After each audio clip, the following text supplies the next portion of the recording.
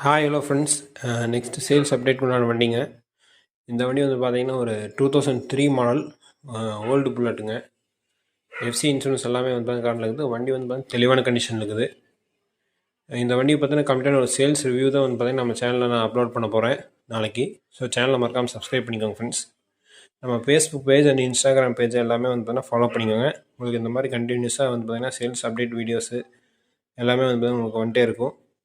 வண்டி இன்ஜின் கண்டிஷனில் சூப்பராக இருக்கும். வண்டி எல்லாமே வந்து பார்த்தீங்கன்னா இப்போ ரீசெண்டாக வேலை செஞ்சது. வண்டி அவுட்லுக்கு எல்லாமே பாருங்கள். வண்டி ஸ்டார்ட் பண்ணி காமிக்கிறேன். Okay, thank you friends.